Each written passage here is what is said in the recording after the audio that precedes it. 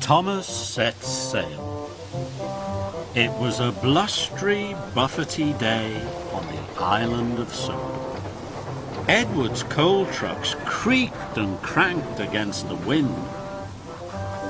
Percy's mail trucks shuttled and shivered, but Thomas hardly noticed the wind at all. He puffed into Brendam docks. The Mayor of Sodor had ordered a brand new sailing boat. "I am to take the sailing boat to the launch party," tooted Thomas excitedly. "The Mayor, the Fat Controller and Lady Hat will all see the boat go into the sea for the very first time." The boat had a tall mast and was painted bright red. "It's wonderful," gasped Thomas. "It's red! I should be taking it," huffed James. "It's heavy! I should be taking it," wheezed Gordon. Cranky lowered the sailing boat onto Thomas's flatbed. "It's not too heavy for me," tooted Thomas. "You must wait for the engineer to lower the mast," snapped Cranky. "The masts will be no trouble for me," Thomas whistled, and he raced away. Thomas puffed proudly along.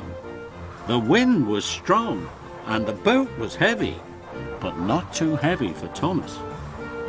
Thomas came to a steep hill. He chuffed hard, pulling the heavy boat. "I can do it, I can do it," he puffed. And soon he reached the top. "Hurrah!" Thomas tooted. "I did it!" He felt very pleased, and he steamed on.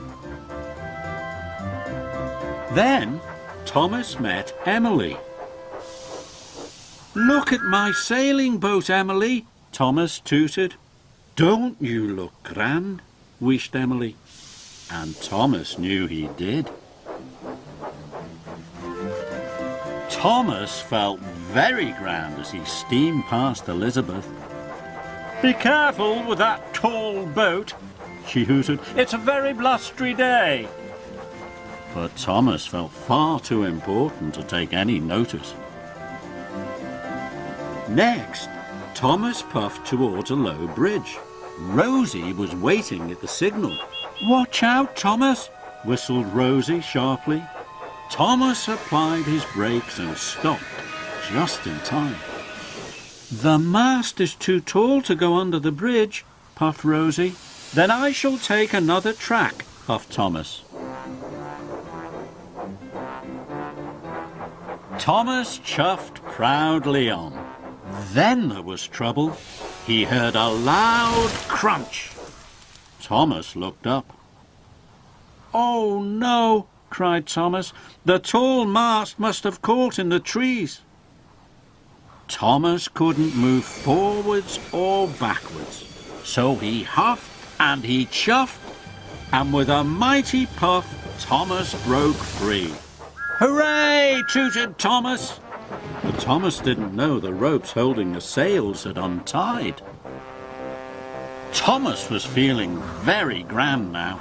The wind was strong. It was blowing him along. "Whee!" Thomas cried happily. He was going faster and faster. The wind grew stronger. Thomas raced around a bend. "Be careful, Thomas," Molly tooted. "The wind is filling the boat's sails." But Thomas wheeshed by so quickly he didn't hear her. The Mayor, the Fat Controller and Lady Hat were waiting at the harbour. They could see Thomas racing towards them. "Slow down, Thomas," boomed the Fat Controller. But Thomas couldn't slow down. Thomas whooshed past and raced away from them. Faster and faster, around a bend in the track. Suddenly the wind dropped and Thomas stopped. "If the wind picks up again, I'll never be able to stop at the harbour," he cried. "The boat will not be launched, and the mayor and the Fat Controller will be very cross." Thomas knew then that he had been wrong not to wait for the engineer at the docks. "I must chuff back to the docks as quickly as I can, and I must bring the engineer to lower the masts," he tooted. Thomas was uncoupled from the flatbed, and he steamed off. Thomas's wheels whirred to a stop at the docks. "Has the engineer arrived, Salty?" puffed Thomas. "Oh, yes, me hearty," smiled Salty. Thomas was very relieved. The engineer climbed quickly into Thomas's cab, and Thomas steamed off.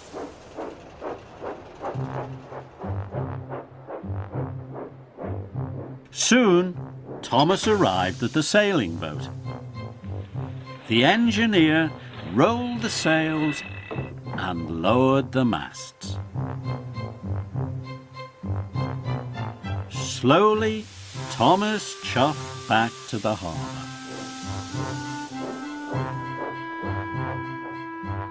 The boat was heavy. Thomas had to puff hard. This time, the wind couldn't help him. The mayor, the Fat Controller, and Lady Hat were still waiting. They were happy to see Thomas, and they were happy to see the mayor's sailing boat. "Thomas, I see you have decided that full steam is better than full sail."